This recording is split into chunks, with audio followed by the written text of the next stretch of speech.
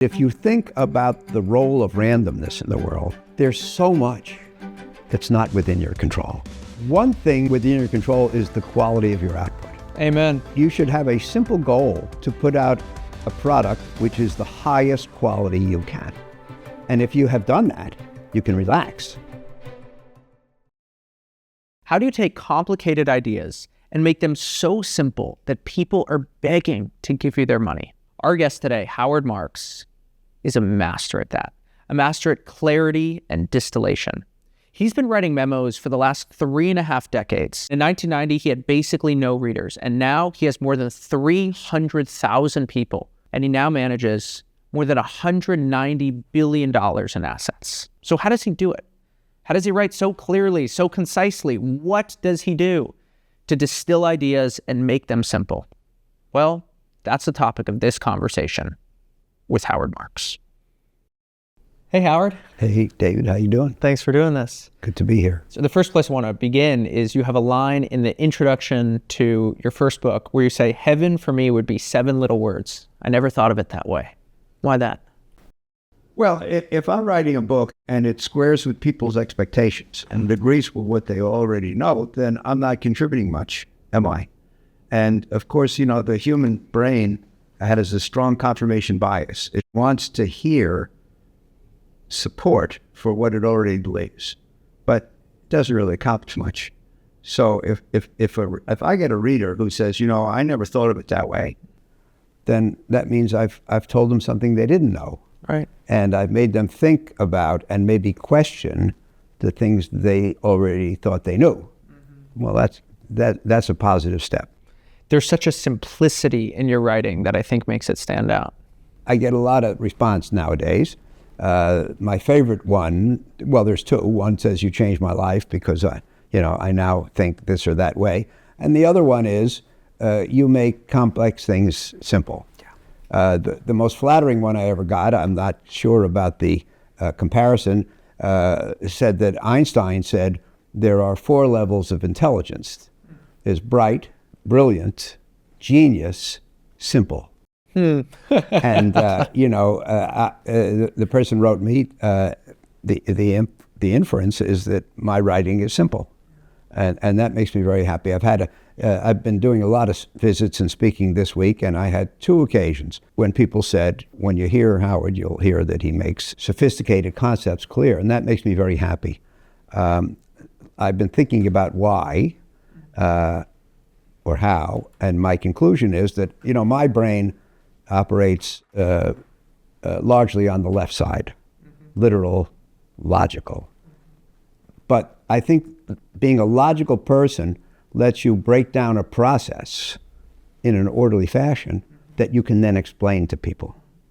Obviously, the output is very simple. How do the ideas get into that simple, orderly shape? First of all, I have the great advantage that I don't have a requirement to write. Right. I know people who write every day. Can't imagine how you do that. Or who require themselves to write every week or every month. I don't require any regularity of myself. I write when I feel like it. Now, having said that, I try to write no less than quarterly, and I put in one of my memos that if I don't write for 3 months, I tend to get emails saying, "Are you dead?" But other than that, there is no regularity. And so I don't feel any pressure. I write when I have an idea. And usually it's it's kind of a matter of gleaning.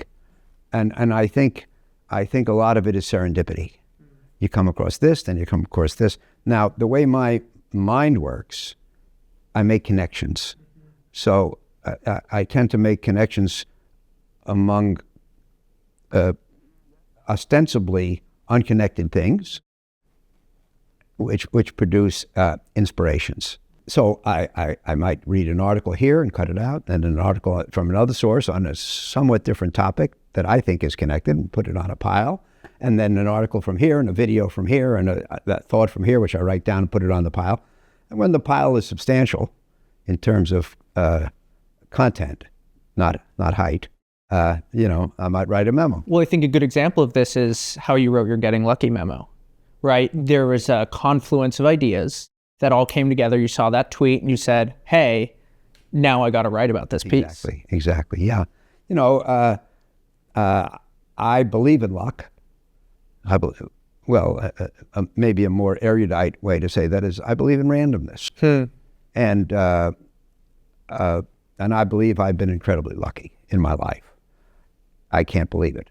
And so I was in my hotel room in Riyadh, and I picked up the Four Seasons magazine, and there was an article on luck, and it led off with a quote from Jack Dorsey from Twitter, and he said something like, "Success is never accidental. You make your own luck."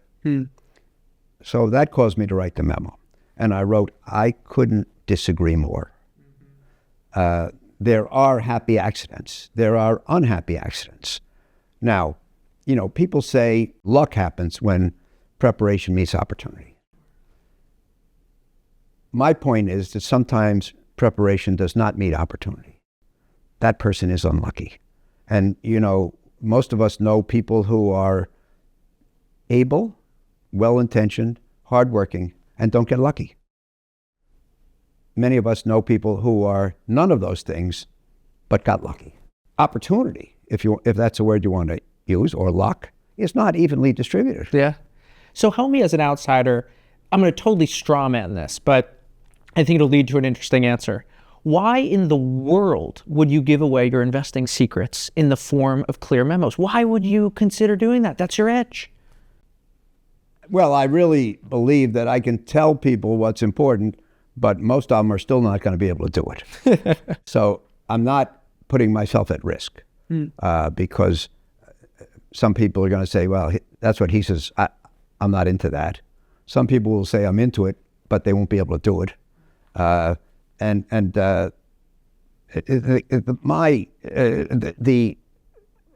secret to success in these areas is not knowing these concepts, but it's being able to implement them.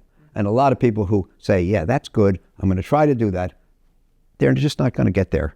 So the benefits of writing, in my opinion, in this case, outweigh that risk. I'm not giving that much away, and I get so much out of it. People say, well, when do you write? I said, well, if you look at the record of the last 35 years, you'll see there's invariably a memo in September and one in January. What does that mean? That means I wrote over the summer and I wrote over Christmas. It's my recreation. It's one of the things I like to do the most, and I find it relaxing. Since I'm not under the pressure to publish, it's relaxing to do it, and it's creative to do it. And I believe that it's desirable to have a creative outlet. That's mine. So tell me about that summer incubation period. How does a memo come together? Do you write things down, draw things out? Do you just sort of work through paragraphs to start with an outline, move towards prose? What does that process look like for you? I really start with a pile of scraps of paper. I have a list of topics, a list of thoughts. I don't have what you would call an outline, Roman 1, this, A, B, C, Roman 2, blah, blah, blah. I just have a bunch of ideas. They start off on piles of paper, they come up here, and usually what happens is I think about it for a long time. And then having thought about it and come to some more ideas about organization, I just write them down. Do you do a lot of editing? Yeah. I love the editing part. You do a rapid first draft. You think it's good. Then you read it over again, and you make changes. You move a couple of paragraphs around. You connect a couple sentences with a connector, I might do that about 5 times, let's say. Each time it gets a little better, but we have something called the law of diminishing returns. It means the first time you do it, you make it 20% better. The second time you do it, you make it 10% better than that. And the third time, 5, and 2, and then 1, and then you can't really make it any better. But the word I use for that process is polishing. and hopefully it's a good thing that you enjoy having written and you enjoy writing it, but then you enjoy making it better. And you take two sentences and you reverse them. And that's much better, and so it's a source of satisfaction. When I get it to the point where I think it's, as good as I can make it, then I have a few people I show it to. One of whom, I have one person who finds 6 things wrong, one person who has 4 things wrong, one finds 10 things wrong, and I have one person who finds 200 nits. Like I used a long hyphen when I should have used a short hyphen. My commas are this kind of commas where they should have been that kind of commas. And so now what I do is I let him read it first, and he makes his 200 changes, and I incorporate, and the rest is clearer sailing. But William Safire, who used to write a column in the Sunday's New York Times Magazine section called On Language. So he used to have an expression. He said, I ran it by my irregulars. Now, irregulars, I believe, was a term for a ragtag army, out of uniform, what we might call guerrillas today. And I'm talking about 250 years ago. So he said he had his irregulars, who were his ragtag bunch of readers who gave him comments. And so these 4 or 5 people are my support group, and obviously the goal is to get it from a B to an A, and then from an A to an A+. What you're so good at is the distillation, the ability to explain things in one paragraph and one phrase. So does it begin with the one phrase, or does it end with the one phrase? I find it hard to generalize. I just have this idea, and as I say, I think clearly, and then if that's true, then the goal is merely to get the thought onto the page, and of course that's the hard part for most people. I don't find it that hard. It just takes a little time. You got to work at it, but I don't find it highly challenging, and I think that having the phrases which clarify and simplify are integral to the process. So maybe the answer is I don't write much until I have the phrases. One of the most important things that I point out to people about my writing is that it is essentially my goal to write the way I speak. I don't want to do any different. My speaking hopefully is clear, hopefully my writing is clear, and hopefully it's the same. So I use contractions. I use hopefully common language. I can think of authors who seem to have the goal, I can think of one in particular, who seems to have the goal that I'm going to say things that my reader doesn't understand. Sure. And I'm going to show them how smart I am and how erudite. My goal is not to do that. I don't want to create a barrier or a level difference between myself and my writers. My goal is to say, I'm a person, you're a person, we're both people. I know about some stuff you don't know about. I'd like to share it with you. You see this all the time in financial writing. I mean, my average time looking at some random white paper is maybe 1.5 seconds, because I just scroll and I get out of it. And your writing has that simplicity. So if you've been successful doing that, if Buffett's been successful doing that, why does the industry still operate in these landmines of jargon? I think it was Mark Twain who defined a profession as a conspiracy against the laity. A lot of professions have a jargon, which certain professionals, maybe want to say insecure professionals, want to stay with that jargon to reinforce the barrier between themselves and the common man who is not a member of the profession. I'm not interested in that. I'd rather tell a story that people find interesting and accessible. And as I say, that's why my goal is to have a written product that reads like speech. How in the world did you stick with it for so many years when no one was reading your stuff? You've mentioned that, hey, I just really enjoyed this, but you're literally licking the envelope on memos in 1990, 1991. Yeah. No one's reading it. Yeah, well, of course, now remember that that was pre-internet. So what you would do in those days, and it was largely pre-computer, so you would write it out, run it off on the Xerox machine, fold it, stick it in an envelope, address the envelopes. And in those days, I started in, I guess, October of 90. They only went to my clients, and maybe there were 100. So it was laborious. And I always say that it's as if I wrote it out, ran it off, folded it up, put it in the envelope, addressed it, put a stamp on it, and threw them in the sewer. because I never heard back. But I did it for fun. I did it because I enjoyed it. I wrote the first one because I thought I had an interesting story to tell that I wanted to share. By the way, I never said, if I write them, I'm going to get more business, or make more money, or anything like that. But then, of course, in 95, we started Oak Tree, and so I had my own firm. That's when we started to distribute it electronically, in addition to in writing. And I'll never forget the time in the late 90s when I put out a memo, and within an hour or two, I had a response back from somebody in Russia. Oh, that must have been exciting. It was. I didn't know anybody in Russia. I didn't send it to anybody in Russia, but it got passed around. I always say, like Playboy magazine when we were in camp. And so I heard, and so then I said, oh, that's what they call going viral. And that was cool. So, from probably 100 or so in 1990, I think now we're up to 300,000 subscribers, and hopefully they pass it around.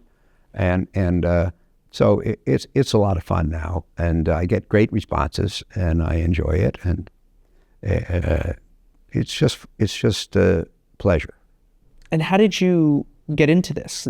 You had mentioned like college. That's when it really begins, huh? I went to Wharton. I went to public high school in New York. One day, one of my buddies said, hey, they're giving a course in accounting. We should take that. So I took that course, and I loved it. And that made me decide to be an accountant, which is what my dad was, and to apply to Wharton, which previously I didn't know what existed. I was lucky I got into Wharton. My guidance counselor said I wouldn't. My grades were indifferent, but luckily I got in, and that changed my life, obviously. Now, when I got to Wharton had two requirements that I would describe as enlightened. You had to have one semester of the literature of a foreign country in English, and you had to have a non-business minor. Okay. Now, the geeks, for their non-business minor, took econ or stat or poli-sci.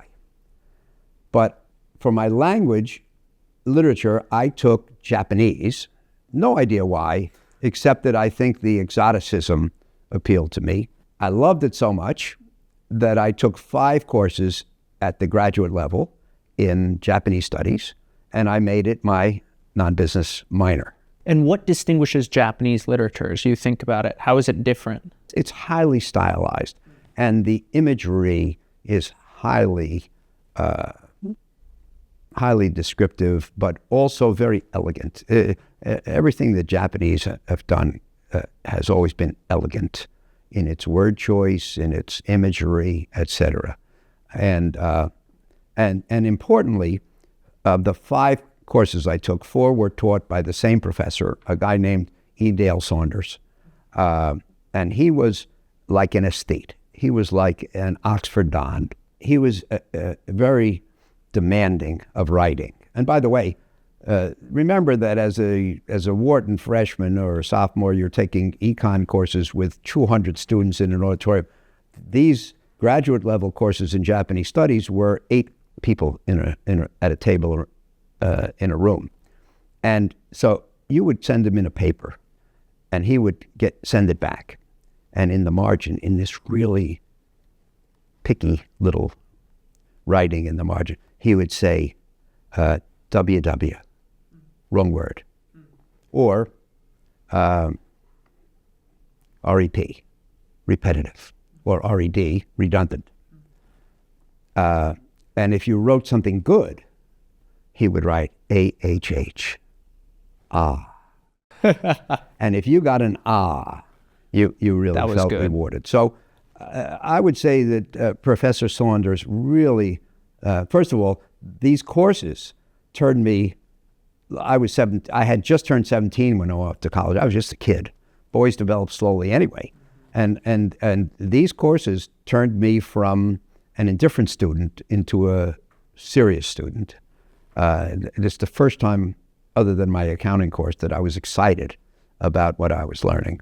And but he really helped me to raise my writing. And that was 1965, and the first memo came out in 1990. So it took me a while to do anything about it. You know, I always, and when I went to work in the business in 69, from then till 90, I always tried to turn out a well-written product, but it wasn't a standalone product in its own right. And let me, as a segue, just point out that when my son was preparing to come into the business, and when I speak to other people who want to go into business or careers in general, one of the things I say to them, which I think is important, is that if you think about the role of randomness in the world, there's so much that's not within your control.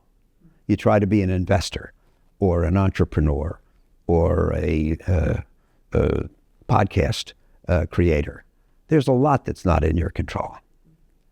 One thing that's within your control is the quality of your output. Amen. And so you should have a simple goal, which is to put out a product which is the highest quality you can. And if you have done that, by definition, it's the best you can do. You can't do better than the best you can do. But if you've done that, you can relax. And so I really think that there's, and the other thing I told my son when he went off to college in 2005 was that with internet and emojis and you are a great person, you know, everybody else is dumbing it down. If you maintain a high standard, when they dumb it down, you'll shine. You'll be distinguished. And so I think this is, writing is a better way than ever to distinguish yourself for the better. So if I've just raised $500 million and I'm now running a fund and I want to write memos or an annual letter, and I come to you and I say, Mr. Marks, I would like to adopt the strategy that you adopted, and I'm all in on quality. What parameters should I be thinking about as I write them? What makes a good memo or annual letter? What I would say is I appreciate your interest in writing memos. Let's hope you're a good writer, but don't waste your time until you have something to say. So a guy who's a year out of grad school, or 3 years, or X years, has nothing to say other than to discuss his or her level of ignorance. And that might be endearing, or it might signal that he or she is on some quest. But you don't have wisdom to impart. You know, what I'm trying to do, remember I started in 1990, I'd already been working 21 years, and hopefully I had something to say.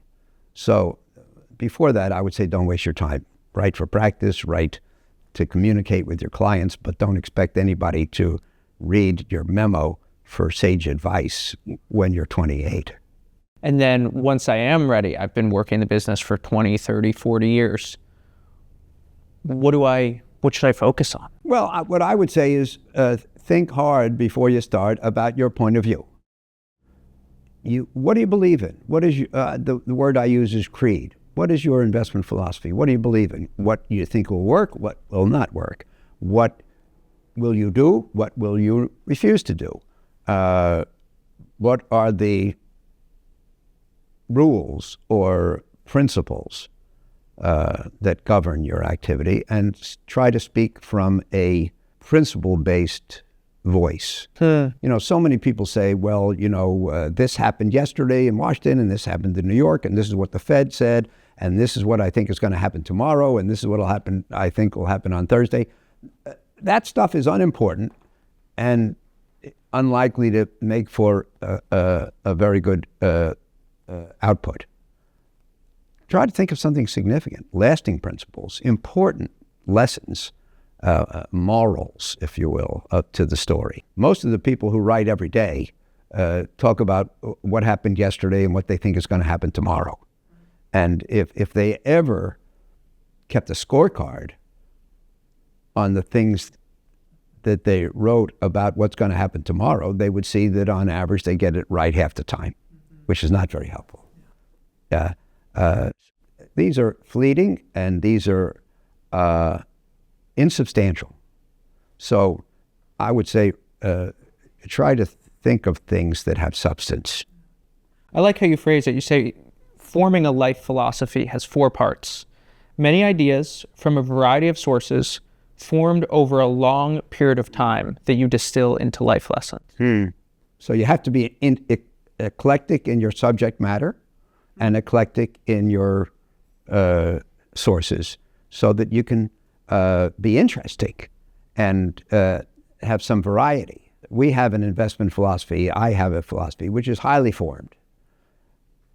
The day you step out of school and you start work, you don't have an investment philosophy. You may have some ideas from your school, but you have no reason to believe which ones work or that any of them will work. And you haven't, you have some of the things you learned in school you should consider and reject, and you should figure out,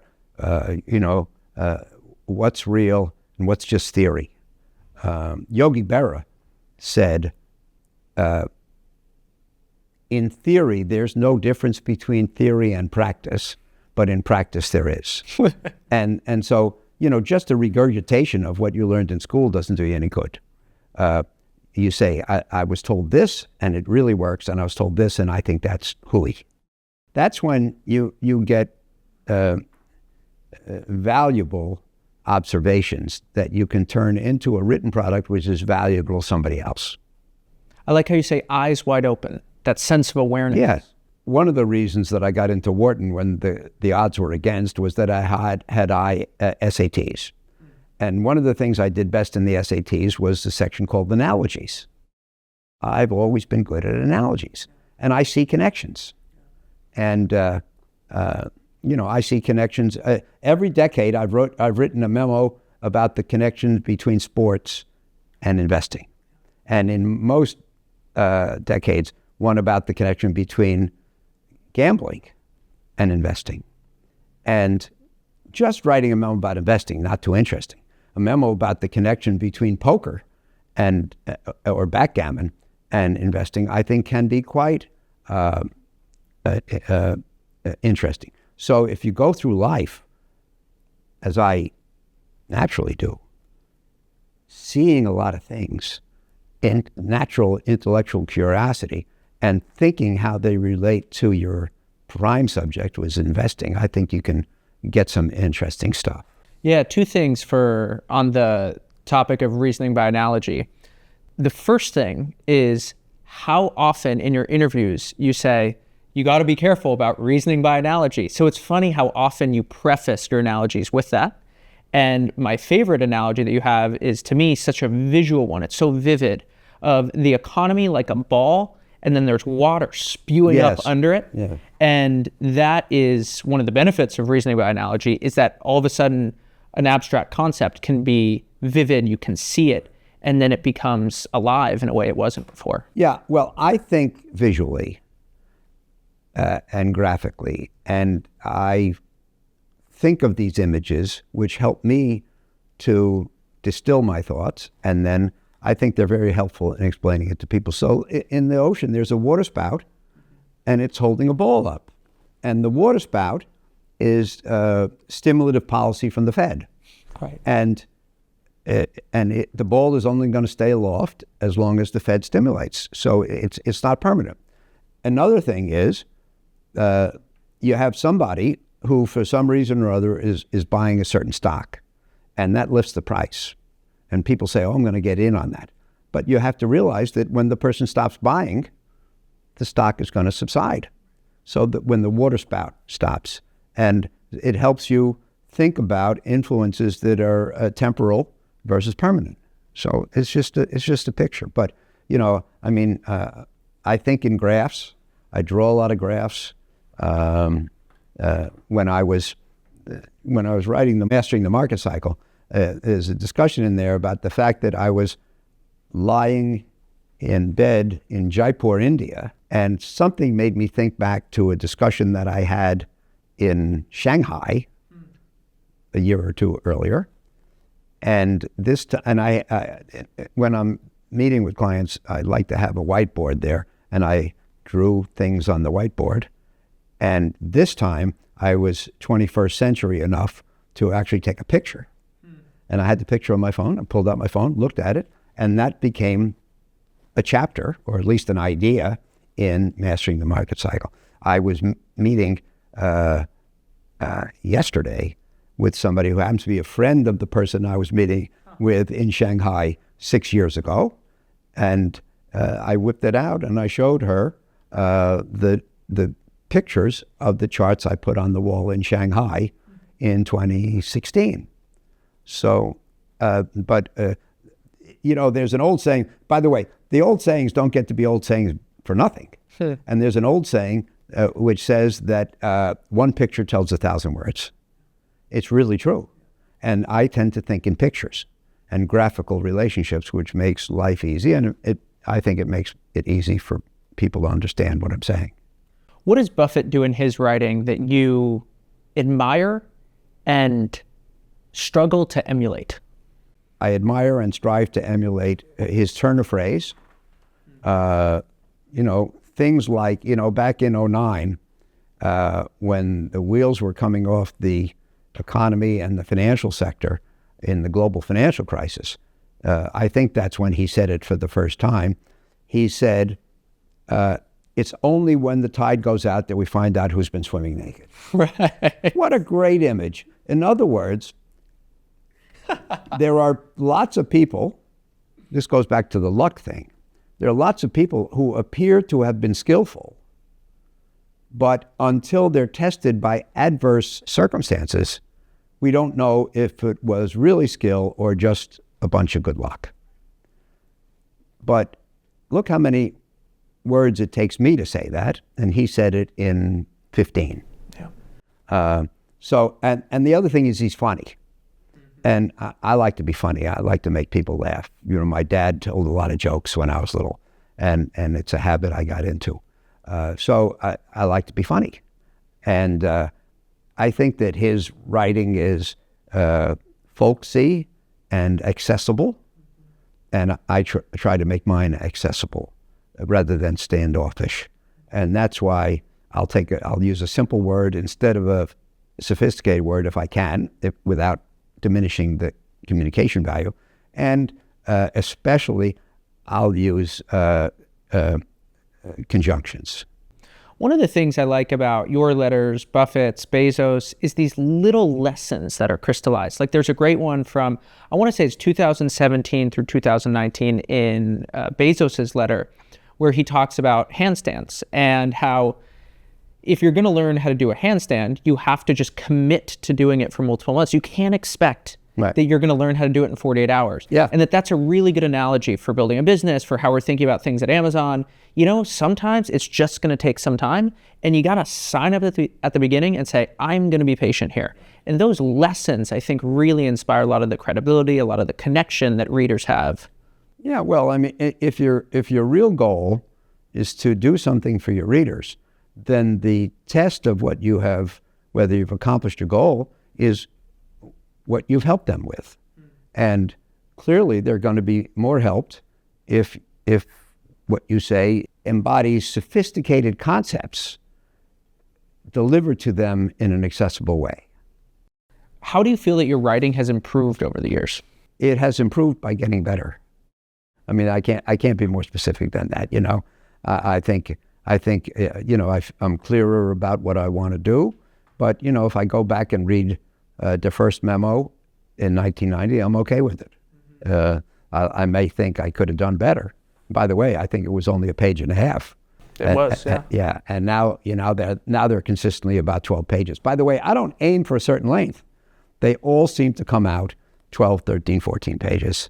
Beyond that, I think they become laborious, and I don't think you can deliver much shorter than that. You know what your first sentence was in your first annual letter? I think it's interesting how you've been exploring this sentence, I think, for the last 24 years. We all seek investment performance, which is above average, but how to achieve it remains a major question. And that's one of the things that, having gone through your archive, there is such a consistency in the questions that you're asking year in and year out, year in and year out. And I've really come to appreciate the depth with which you can explore such a simple question about risk. What does it mean to have something be mispriced, underpriced, year in and year out? That these questions are actually endless once you get into them. Thank you. I'm going to show this podcast to my wife, who says they're all the same. But, I'm really pleased. Sometimes I'll go back and read an old one, not just for entertainment, but because I have a reason to research something. And I'm really pleased to say, this is the idea I have today. I had it 25 years ago, or 30 years ago. And what that convinces me is that it's solid. If you had an idea 30 years ago, but then you never wrote about it again, and you wrote something different in 25 and 20, and you would say, well, this is, something that comes and goes. But I think that I think I've thought these things out in depth, and I think that they stand the test of time. And one of the tests of time is that I forget about having written them and I write them again. Right. Because I still believe them and because they still hold up. And the beauteous thing about writing, as opposed to speaking, is that in writing you can't BS, because the reader is going to go back and read it again and say, hold it, wait a minute. And then he's going to read, oh, that sounds good. Oh, I'm going to read that again. Then he reads through it. No, that doesn't follow. Rigor. The foundation has not been laid, or that the foundation isn't solid. And that's where the logic comes in. What I do is not creative writing. It's not fine literature. I'm trying to convey a point. And have somebody say, yeah, that makes sense, it has to hook up. It has to connect. And the logic has to be established, the foundation has to be solid, and the explanation has to be clear. There's a line from Oliver Wendell Holmes, the Supreme Court Justice, early 20th century. He says, for the simplicity on this side of complexity, I wouldn't give you a fig. For the simplicity on the far side of complexity, I'd give you the entire world. Well, I think that makes a lot of sense. And, that's one of these topics that a lot has been written about because it deserves to be written. And if you can make things clear, I think you've done something good, and I think the reader will get something out of it. It's not just the depth of your production, but also the depth of your consumption. With the most important thing, a lot of your memos, I see so many patterns repeat in terms of what writers you're really coming to deeply understand. Taleb with the influence of randomness, Galbraith with the futility of forecasting, Ellis, better to avoid losers than try for winners, Milken, hold survivors, but avoid defaults in bond investing. And that's the other thing. It's just plumbing the depths of a good idea and almost the power law of ideas themselves. And when you find one that's worthy of pursuing, to really study it and to let that idea become a part of you in a way that you don't come to appreciate if you're just skipping between books and different writers. Well, look, it's an unacceptable conceit to think that nobody who went before you knew it better. And quotes and adages and books wouldn't remain popular over time if they weren't substantial. And so, I use a lot of quotes and adages and stories and that kind of thing, because there were smarter people than me in the past who said things in a more substantial or maybe a clearer way than I can. So why reinvent the wheel in an inferior way? Why not just go with the greats? One of the ones that you don't mention, perhaps my greatest hero in terms of investment philosophy, and that I consider him to have been an investment philosopher, was Peter Bernstein. Not a well-known person, not a household name, but a really smart person, much older than me. Against the Gods. Against the Gods. Against the Gods was a really great book on the history of probability. He wrote other books, but for a long time, he wrote his own memos. He was really profound, extremely well read, a little more erudite than me. But I have a great story and as you mentioned, that I returned to certain themes over time. So in 2006, I wrote a memo called Risk, and I think risk is the most important thing. There are 3 chapters on risk in The Most Important Thing. At the beginning, too. At the beginning. And I wanted to write down everything I thought about risk. I think that the writing of the memo in 2006 was really occasioned by a way I developed of thinking about risk, which was different from the conventional way of thinking about risk that I had learned at Chicago back in the 60s. I finally cracked the puzzle in 2006 about what was wrong with what I had learned and how to improve upon it. And you will recall there's a graph in here of my approach. I won't go to describe it. I'll let people buy the book. So I wrote this memo, Risk. And then by 2014, I had some more thoughts, and I wrote a memo called Risk Revisited. And I said, now this includes everything that I know about risk. And then one day in my office, I got down finally to the bottom of a stack of papers, which I rarely do. And there at the bottom was a memo from Peter Bernstein. And the title was, Can We Reduce Risk to a Number? Because the idea of quantifying risk and using it as a numerical input to a formula, which people like to do because they like to get answers to questions, I don't think you can do. He didn't think you could do. And so he's got this whole memo about the nature of risk, which A, is brilliant, and B, agrees with me. Those are the 2 important criteria. So I put out another memo. This was now 15 or 16, entitled Risk Revisited Again. And this was the first time I had ever done this, but I wrote it in the preface. I think I said, in betting on horses, they have there's something called past posting, which means trying to get a bet down after the race is over. Past posting. I said, so I'm not going to try to do that in a hidden way. I'm going to reissue Risk Revisited. I'm going to add stuff from Peter Bernstein's memo and other sources, but I'm going to put them in italics so you know which is the new content. And I added a lot of stuff from Bernstein. Anyway, it's brilliant stuff.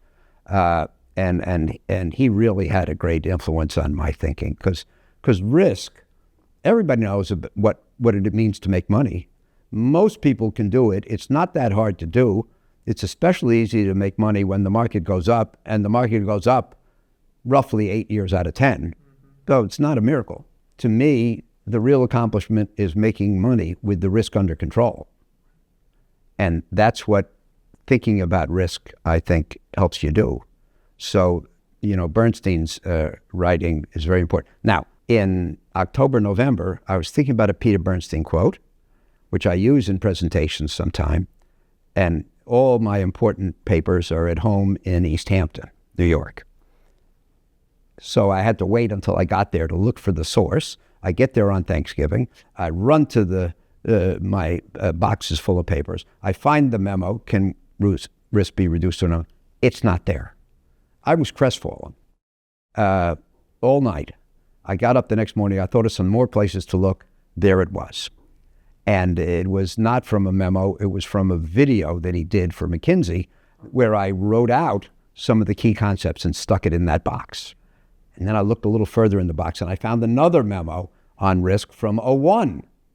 And so this is a gradual accretion of wisdom by somebody that I've learned a great deal from.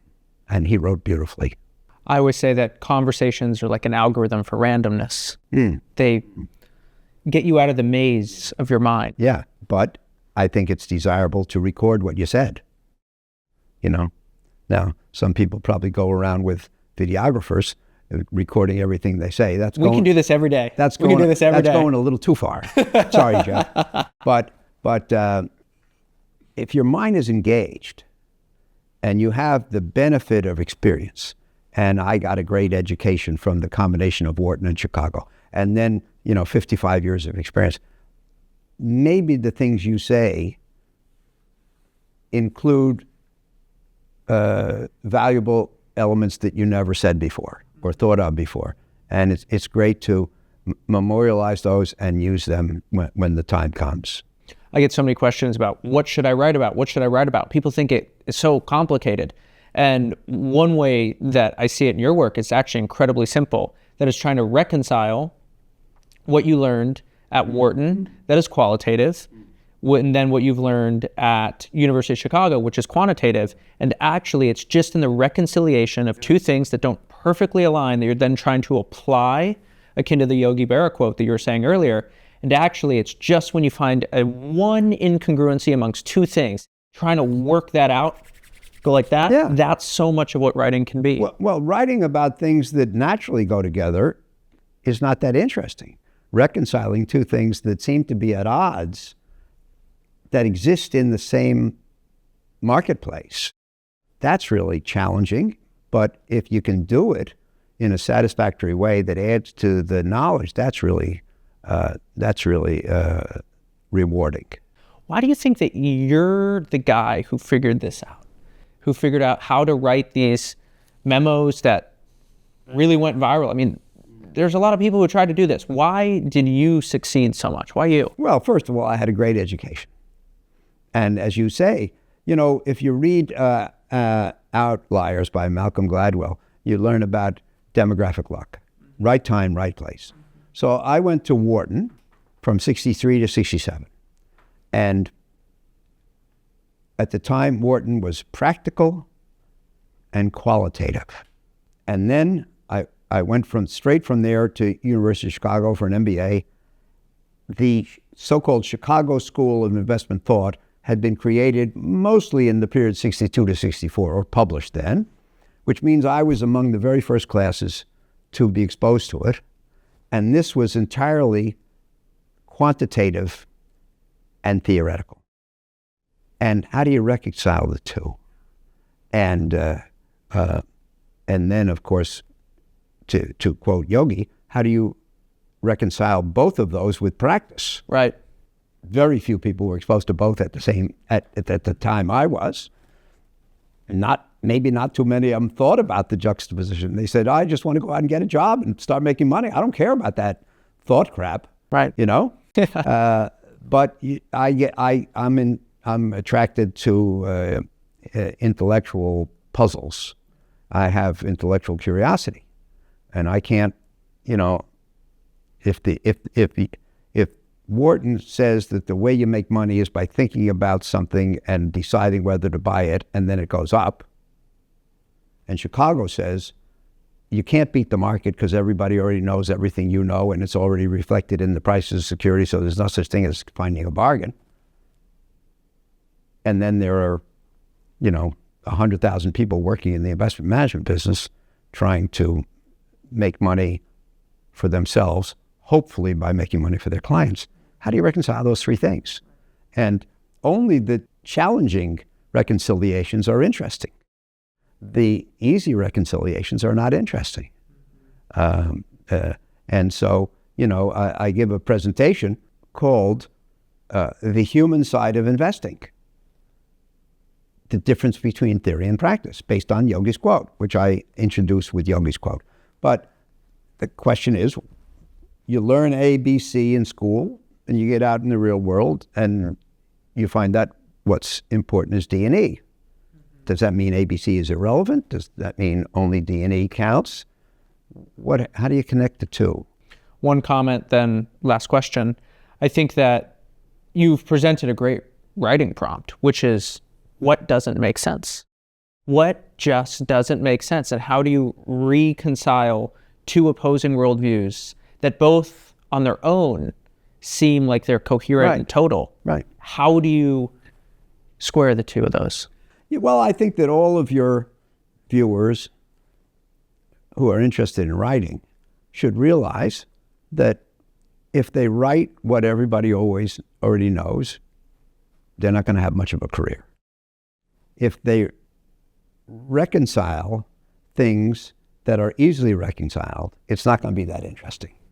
If it's dull and humorless and high-flown in terms of its verbiage, it's not going to be fun to read. So you have to make it interesting. But, as you know, writing is incredibly rewarding. And you don't need sophisticated equipment. There aren't expensive entry fees. I've been doing this for 35 years. I've been working for 55 years. I still think of new things. And I say to myself, I never thought of that before. And to me, that's what it's all about. And you can stay young and alive if you're still growing.